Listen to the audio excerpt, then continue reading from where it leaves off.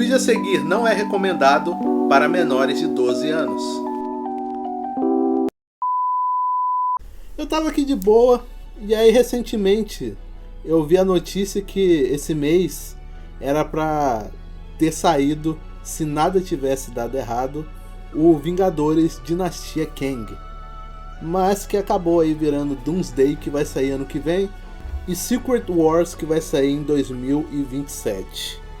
E aí, pensando agora sobre o ponto de vista narrativo, será que esses dois filmes vão conseguir amarrar a trama de multiverso da Marvel? Eu fiquei pensando nisso, e aí eu fiquei matutando e eu acho, cara, que eles não vão conseguir.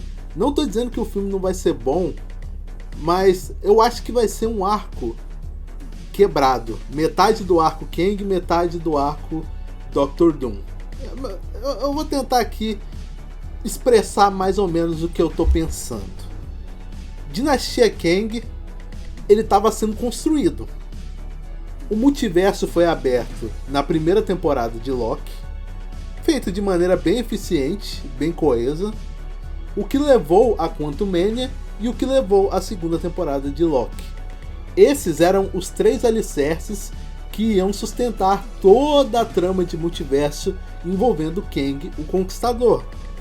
Na primeira temporada de Loki foi apresentado Aquele que Permanece, que é uma variante do Kang, uma variante muito especial, e após a morte daquele que permanece, começou a brotar linhas do tempo alternativas aí, e novas variantes do Kang voltaram a nascer no multiverso. Isso nos leva ao Quantumania, que apesar de ser um filme tenebroso, ainda apresentou uma variante bem competente do Jonathan Majors, uma variante do Kang propriamente dito. Apesar de supostamente ter morrido ao final do filme, eu ainda acho que ele sobreviveria e seria, sim, o Kang escolhido para ser o Kang, a variante que ia comandar todas as variantes.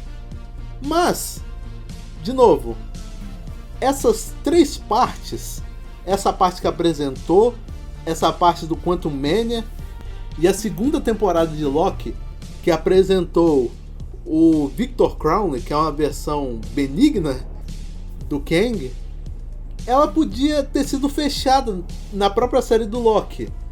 Tipo, todo esse arco, primeira temporada de Loki, Quantumania, segunda temporada de Loki, fecha um arco. Mas existe uma ponta solta que é muito difícil de fechar, tá? Que é a cena pós-crédito de Quantumania. Essa é difícil de você explicar de maneira coesa, sem o Jonathan Majors, sem o Kang, o Conquistador. Porque, se você não se lembra, foi apresentado o Conselho dos Kang. E o Conselho dos Kang mostram essas inúmeras variantes do Kang, o Conquistador, dando destaque a 3 variantes, uma com umas vestimentas meio egípcias, outro como uma roupa realmente parecida ali de um mago ou um conquistador propriamente dito, e uma meio que futurista. Obviamente, essas variantes estavam sendo armadas para serem as variantes que seriam as versões vilãs do filme Dinastia Kang. Agora, se o Victor Von Doom ainda seria tratado como vilão de Guerras Secretas, aí eu não sei.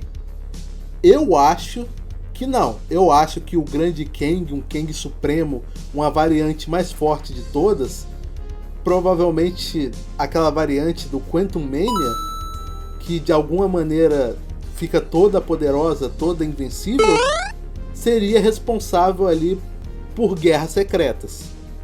Claro que é pura teoria da minha parte, não tem nada confirmado de que os planos eram esses.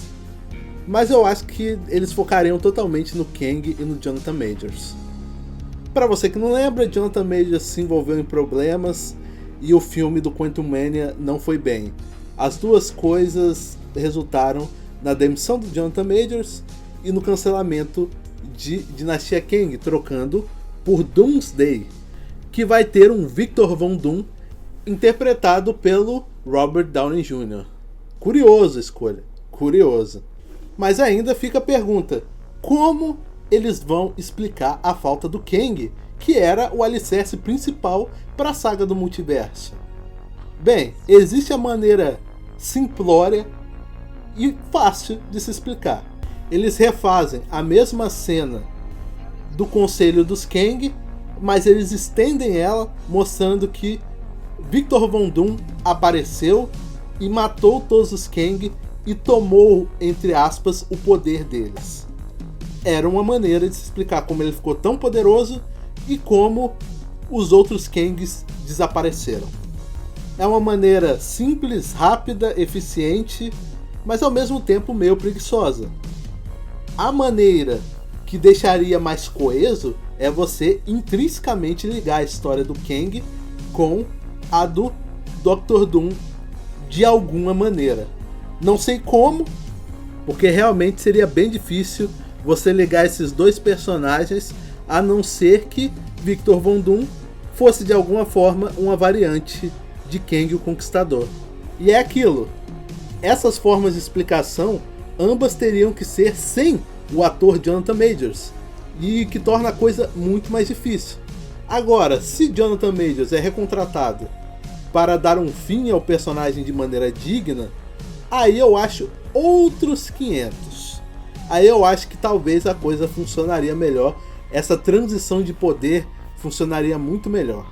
Mas é aquilo, provavelmente a gente vai ter o Kang, provavelmente, mas provavelmente também será com outro ator. Meu chute é que eles vão fazer a primeira opção.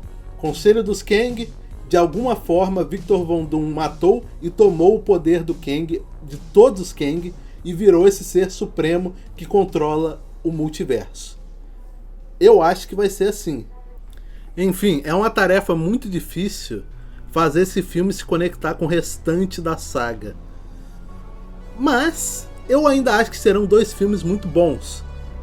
Talvez sejam filmes ótimos de super-herói com escrita muito boa, que nem foi o Guerra Infinita, que nem foi o Ultimato, ou talvez só serão filmes blockbusters muito divertidos de se ver na tela grande.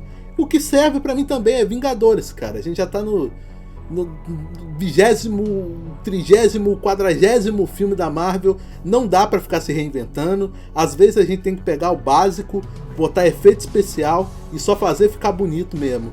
Fazer crossover banal, fazer fanservice banal. Às vezes é apenas sobre isso também. Às vezes é. Enfim, eu tô ansioso aí pra ver os novos filmes dos Vingadores.